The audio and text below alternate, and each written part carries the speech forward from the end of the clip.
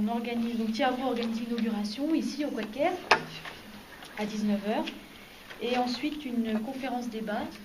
Donc la conférence sera sur le thème de la réunification de la Bretagne.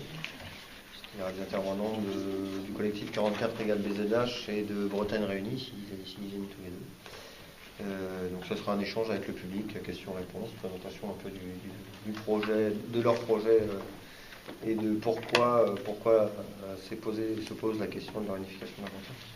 Et du coup le repas du midi.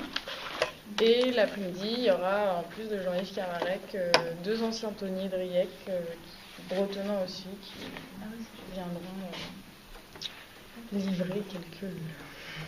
Donc il faut espérer qu'il fasse beau, quoi. Voilà. Non mais il y aura, si le temps le permet, il y aura une balade en bord de mer, et sinon ce sera des activités à l'intérieur.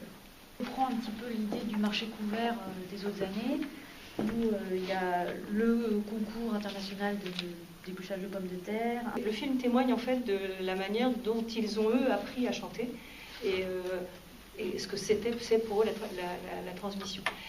Et ensuite, il y a aussi dans le film, ensuite et pendant, à plusieurs moments, intervient Jean-Michel Guilcher, et il est très connu pour ses recherches sur les danses traditionnelles, et il a écrit en particulier un bouquin sur le rôle, sur la tradition populaire des danses en Bretagne, en Basse-Bretagne, en 1963.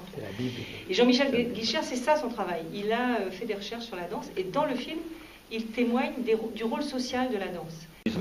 Un grand kick à farce, et il rentre dans les dates donc, du Tolkurun, donc on invitera, vous venez tous à ce grand fest-nous, ce grand kick à farce plutôt à Banalec, pour terminer.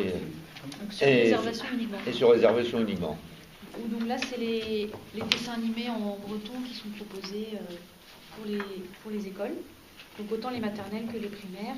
Et puis le vendredi 6 février à Sker, organisé en partenariat avec la MJC de Sker, du théâtre en breton et en français par Strola d'Arvrovagand, Al Lapus Agar Pesqueto. On est très contents de faire en sorte de suivre cette nouvelle édition, puis les autres qui suivront, bien entendu. Cet arbre-là ressemble à un baobab. Et vous savez, le baobab, c'est le seul arbre qui émerge dans le désert et qui permet qui résiste à la sécheresse. Alors je pense que peut-être il y a cette image-là quelque part.